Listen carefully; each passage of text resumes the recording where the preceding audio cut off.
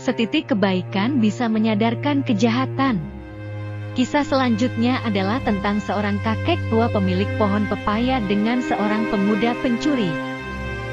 Pada suatu hari ada seorang kakek tua yang sudah memiliki pohon pepaya dengan kondisi berbuah matang. Pohon pepaya tersebut dirawat dari kecil hingga bertumbuh dan menghasilkan buah. Akan tetapi buah yang dihasilkan dari pohon pepaya tersebut sangat sedikit. Posisi pohon tersebut di dekat pagar yang bersebelahan dengan jalan raya.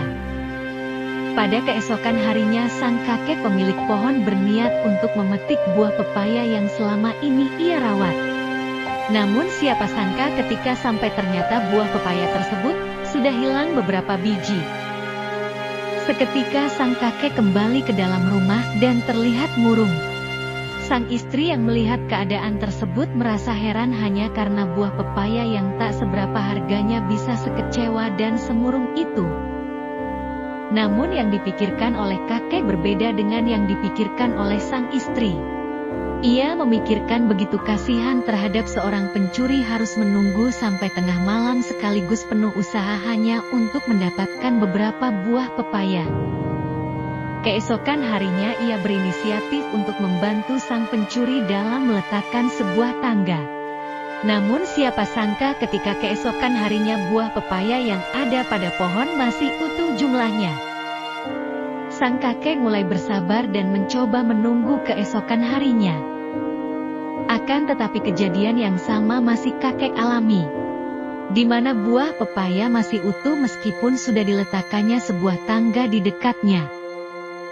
Hari esoknya kakek kedatangan tamu seorang pemuda yang belum pernah ia temui sebelumnya. Pemuda tersebut membawa beberapa pepaya matang.